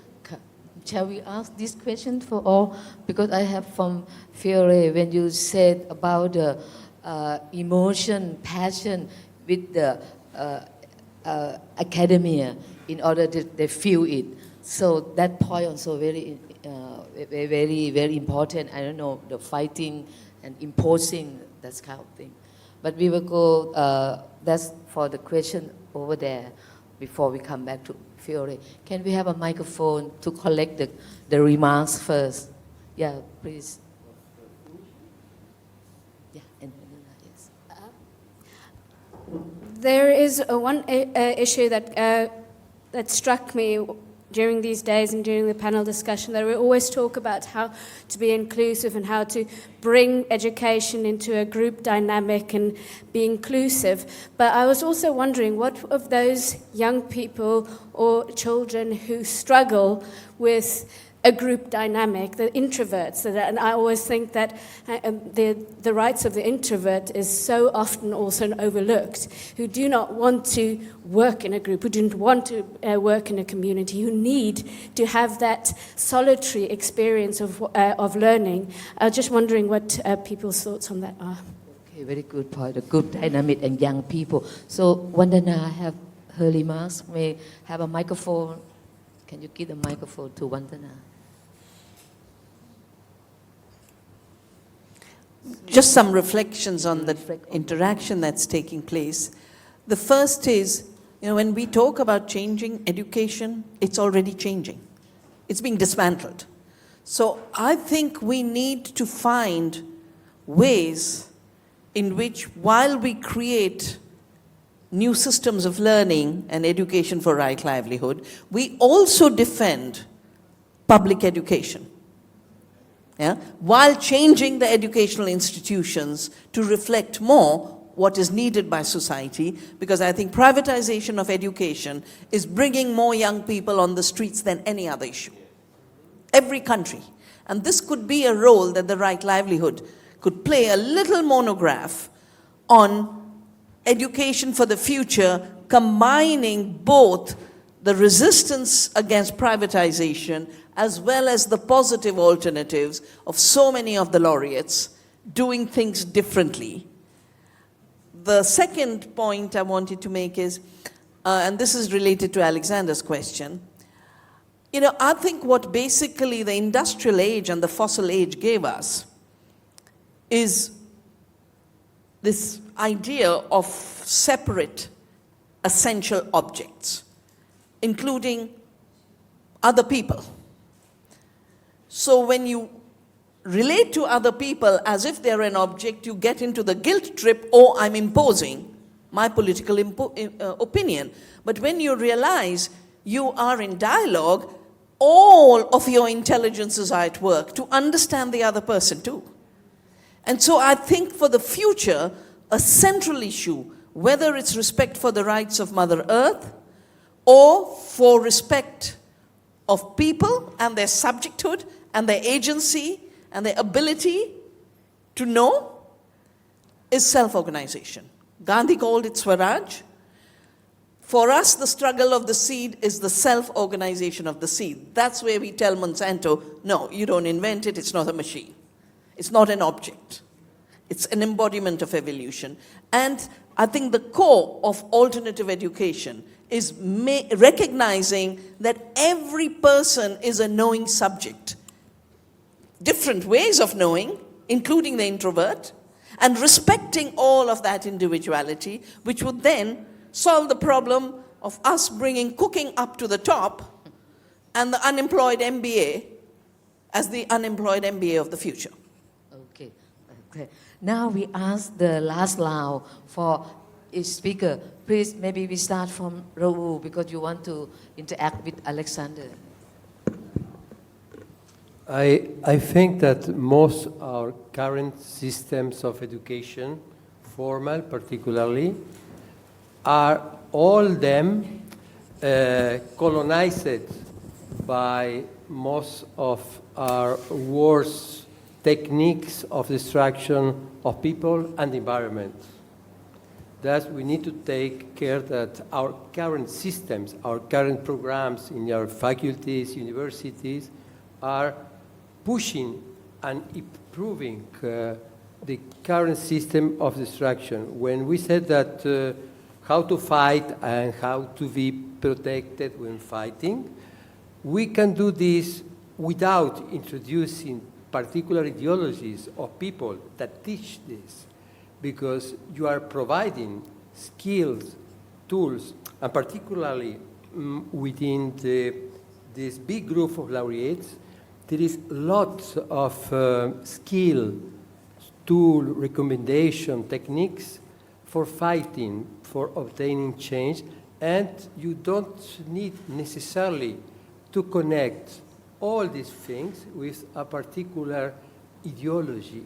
But I think that why we don't see that our current systems of education, formal, taking account that everything is education, but why our formal system education, and particularly in the system of education within dictatorships and authoritarian democratic people, why they try to include in the system of education different ways to reduce participation, to reduce linkages between people, and particularly to reduce resistances. Words as resistance, participation are excluded. That, I think that we need to redefine this and to introduce in our systems of formal education, independently of the remaining part of this system, how to fight and how to be protected when fighting, because in our region, in Latin America, this is the solely way that we have for obtaining changes. Now, in this same moment in Chile, after years of governments that have been pushing people to the poverty, people are in the streets, but they don't have been educated for fighting and for being protected when fighting. A lot of people is dying, is injured, and I am totally convinced that if we also teach how to fight and how to be protected when fighting, we can have more efficient ways of fighting, because fighting is not a bad word. It's not, it's not a crime. It's as necessary, particularly I'm talking in a region, as necessary as brief. As brief. Because if not, we will have years of Bolsonaros, we will have years of Trumps, not Obama, but it's the same at the end of the day. I don't know if this explains that we are not really, we don't worry about different ideologies. In fact, everything is ideology also, but we can teach this and without any kind of linkages with the particular vision or political vision of the teacher. Okay. Very quickly, I believe that lecturers, teachers, professors should be more of coaches, helping the youth to paint a big picture of the future that they want to build. And then my advice for young people or people who are learning is that when you're going through school, never allow your schooling to negatively impact your learning. Yeah, I would fully agree. The best teacher doesn't teach. He or she should facilitate that students can learn by themselves. empower them to learn, whether it's by whatever, moot courts or role plays or whatever else, to learn themselves, solitary experience of solitary learning. And that also takes away the risk that you are indoctrinating your own political or whatever other ideas. The second point to Vandana, I couldn't agree more. I have, one of my last books is exactly on the limits of privatization, global capitalism and human rights. And education is one, health is the other one, social security the third, etc. And human rights means that there are rights of individuals, but at the same time obligation of states. So we need states in order to provide public education. And privatization is undermining the social fabric of societies. It's creating more and more unequal societies, and it's destroying the public education system. We have to come back. It's one of the most vital obligations of states to provide free and compulsory primary, secondary, and also higher education. Okay. So I totally agree what you said. So I think it's a question of trust. So students are not a white page, and we have to fill it as teachers. But they bring their own wisdom with them, and we have to coach them or give them the right surrounding. They can grow, and they can grow with their critical thinking. And I think it's all about this, but not teaching them. Yes. Yeah, actually, I was not suggesting to teaching them to get the kids to get angry, even if that sounds fun. I think that we should teach them empathy, to be empathic, and then they will get angry all by themselves without us imposing anything. And the way to do that, I think, it's introducing diversity in our education, so decolonizing the education. Teaching our future generations to be humble. We are not the center of the world. We didn't invite anything. We are, as human beings, every other human being in the world. And I think this is very important. And this is something I learned from tribal communities, indigenous communities. When I go to the forest, I used to bring with me my phone with videos of all other tribes around the world. And I always shocked when I showed, for example, to Abaka that live in the Congo Basin, there are pygmies, hunter-gatherers, and I showed them a video of, I don't know, a tribal person in India saying how they have been evicted from their land and how they lost everything. And the Baka always get angry. They always say, this is impossible, how this is happening. And they don't have any idea where India is, they don't have any idea what a tribal person is in India, but they can feel that what is going on there is an injustice, and that is because they are empathic. So I think that is what we should be teaching for the future generation, be a little bit more empathic. Quick couple of points. Couldn't agree with you, Mona. Trust is, I think, heart of everything. We are possibly the first generation that has access to all the wisdom in the world. And I'm not talking about the internet. Right? I'm not talking about the internet. But the question is, what are we doing with that? I agree with Raul and Nimo and Dr. Vandana what was said, but I think we should also look at skills of peaceful resolution of conflict and conflict transformation. I'm not talking about compromises. We need the fighting, but we also need to have the skills to transform conflict. And the wonderful thing about the laureates, whether it's Sekem, Dr. Vandana Shiva, or Raul, is that they have been able to fight now to avoid future conflicts, which is going to be far, far worse than today. And here I want to raise something about the inclusivity. We have Bibi going around doing this wonderful art description, capturing what we've been discussing in portrait format. We have, I don't think we have presence here today, but we have people who can't hear, so they use sign language. These are all inclusivity aspects that we need to really look into to ensure that. And the last point is something that young leader from Vietnam, Z, you mentioned. We are in a period of lot of information, less knowledge, and less wisdom. So we need to access right knowledge, you said. I think we need to find how we can access that right knowledge so that the wisdom we have already get transmitted to the generations who are not yet here. Can I conclude that the education for livelihood is about the young people? They will build their future that they want to build, the future that they want to build from the skill, from the knowledge, from the wisdom, and they will self-organize themselves how they want to see their future. So we thank you for all speakers here. And we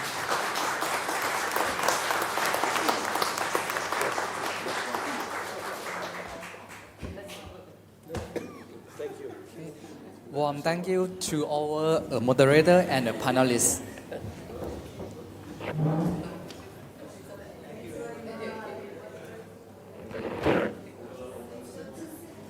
Okay, and now we have reached the closure of this program.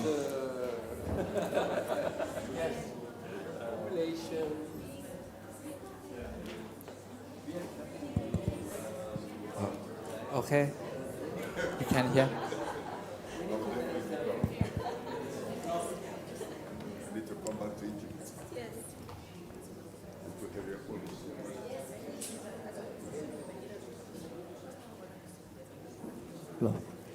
Okay, now we have reached the closure of this program, and let us invite Nimo Basi 2010 Livelihood Laureate to give us the closure remarks. Please welcome again.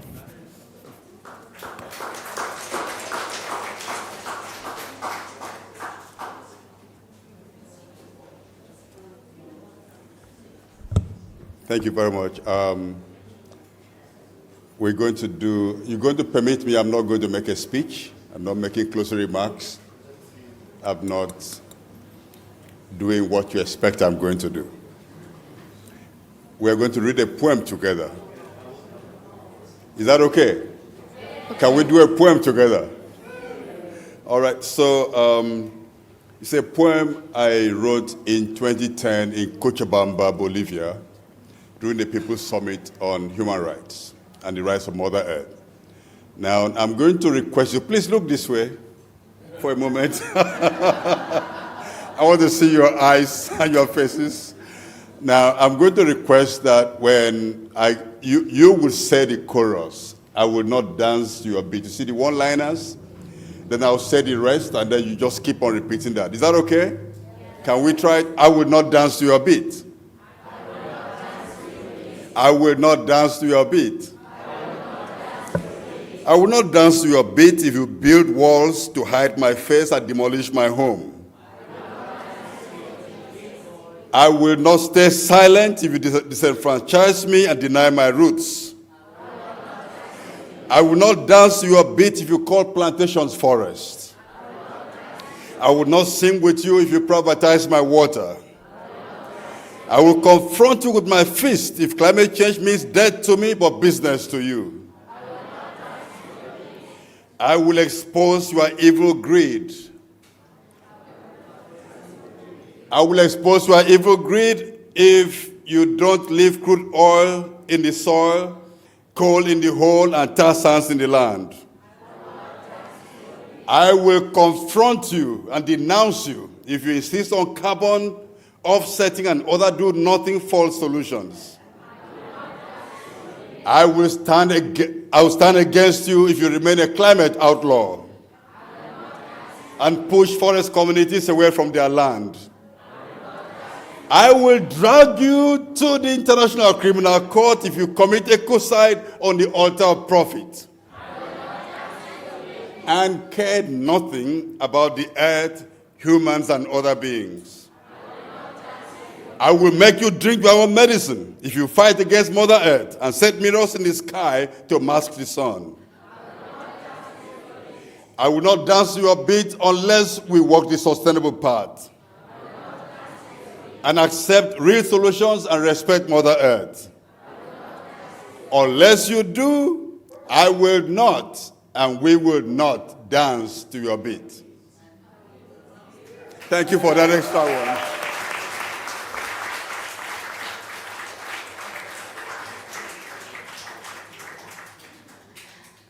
Thank you so much, Nimon. Next, let's meet a person who is fighting climate change in Thailand.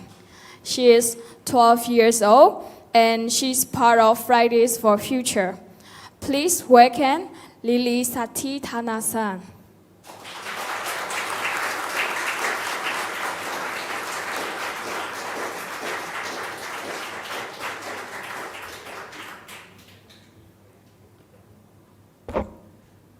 Hi everybody, and thank you for coming here today. My name is Lily and I'm a 12-year-old environmental activist.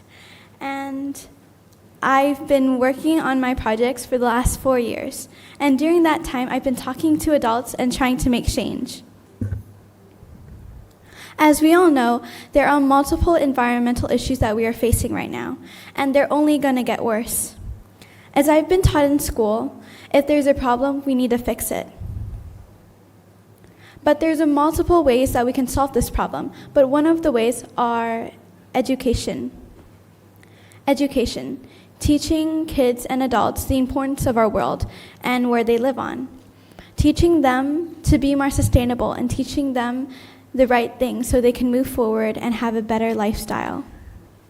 Ever since I was a small child, I always loved nature and the environment. I always remember being taught that everything has feelings. All the trees that we see outside and all the animals that are getting hurt, they have feelings too. And I always felt horrible because us humans were the cause of their suffering and pain. And I always knew that this wasn't fair. So why didn't we do anything about this? It seems like everybody knows how bad the environment was becoming, but nobody was doing anything to solve it. Ever since I started my environmental activism 4 years ago, I created 6 different projects. One of the projects is called Eco-Education. Eco-Education is about a lesson being taught to school kids about the importance of our environment, to teach them life skills and how to be a global citizen.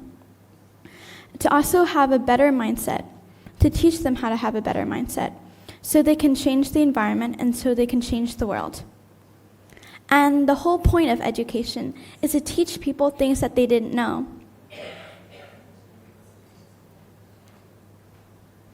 And by teaching everyone what is right, I believe we can really make a difference in changing the world.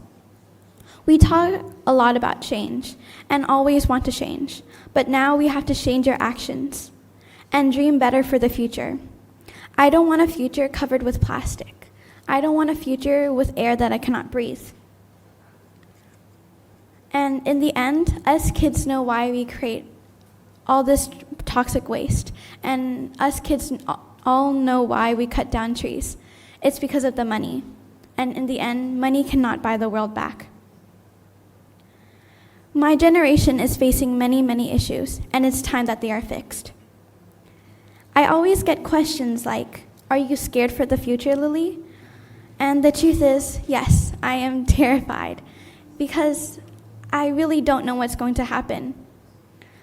I don't know if there's going to be a proper solution, and I really don't know if I'm going to have clean drinking water.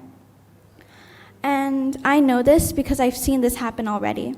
But now, instead of focusing on our problems, I need everybody to focus on our solutions.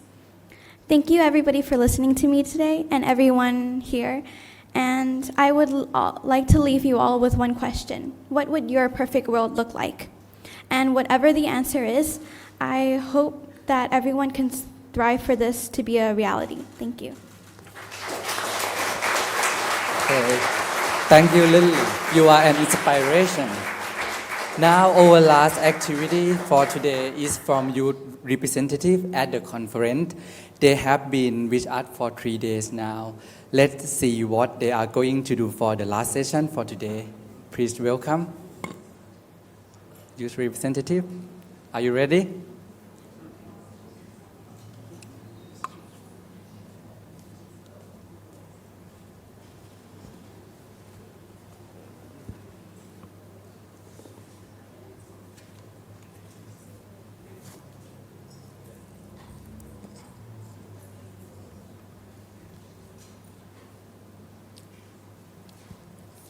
Hello everyone. So for me, the right livelihood education is to pass the indigenous wisdom to the next generation.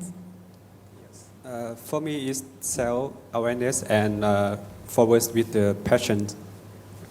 And the right livelihood education is education for the freedom, the real freedom. To me, the education for livelihood is education to create well-being and sustainable work for the planet, for the people and the earth. And for me, the right livelihood is a power for youth to follow their dream.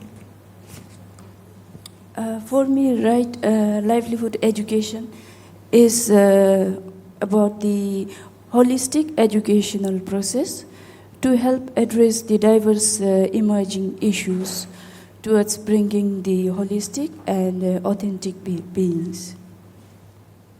To me, the right livelihood education is the hope for our generation. We must learn the ethical way of living and must be the hope for part of the hope for every day. As for me, right livelihood education is faith-based strategy way to bring advantages for our society from our individual heart. Okay, and for me, the right livelihood education is to live a happy life.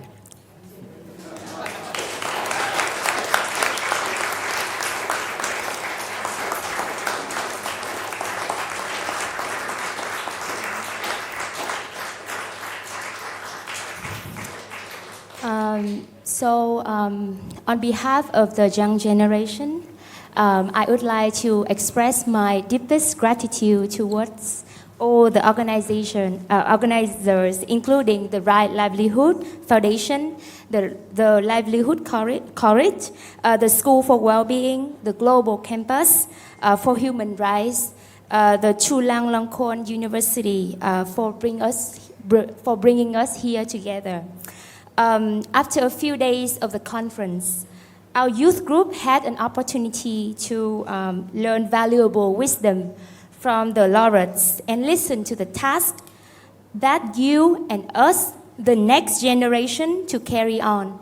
We are greatly thankful and look forward to the involving in the movement, offering ourselves and receiving more guidance and support from the activists, the people from academia and laureates in the future. Together, we turn the world to a better place. Thank you so much.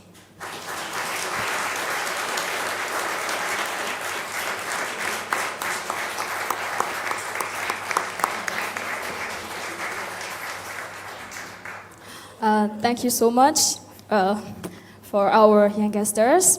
Now there's a requested session. Because this is time to welcome Dr. Monica Griffin for making speech of thanks.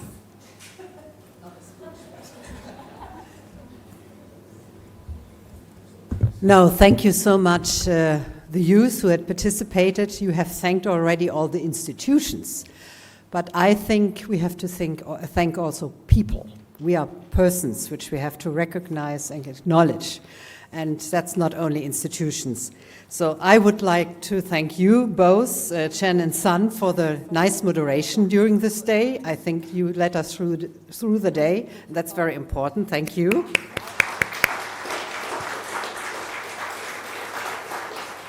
I want to thank also the translators who have done an enormous job to all these languages, and that is really something, and I'm sorry I don't know the name, but it's a person who's doing it, or persons who are doing it.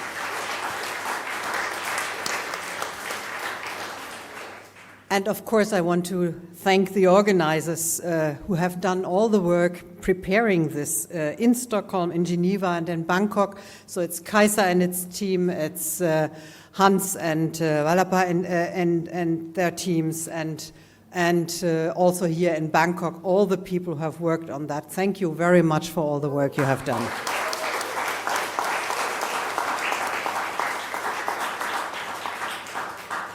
And I want to thank the Swedish Embassy, who does, in a lot of countries, always gives a home to the Right Livelihood Foundation and welcomed us very nicely on Wednesday night. So thank you for them, although they are not here at the moment, but I think it's great to the ambassador that he took the opportunity to give us a home here. And thank you, Manfred, for the newly established cooperation with the Global Campus on Human Rights, together with Livelihood Foundation. It's great, and Rina, who have done all the work as well, Manfred and Rina, thank you for being with us, and as you said, like being for us for a long time. And last but not least, I would really like to thank our laureates who took their precious time. They are fighting all the time. They are working all the time for right livelihood, for the best of our future, of your future, and to taking the time to come here to present us their vision, but also their solutions, and also have a hope for us. I think this is a good thing. I think we need hope as well. And our laureates show us all the time again that we can have hope. Thank you very much, all of you which are here.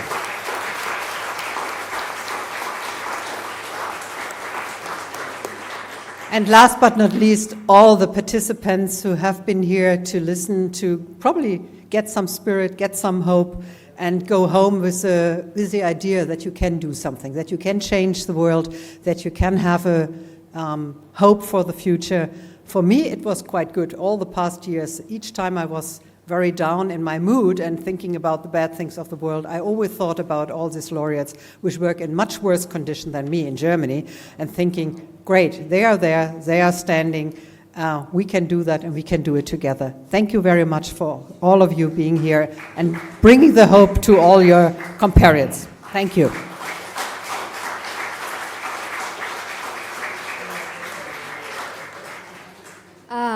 This is the ending of the forum. Before we go, please join us to take group photos in front of that building. Please follow our team. So thank you everyone for your amazing participation. ကျေးဇူးတင်ပါတယ် ขอบคุณครับ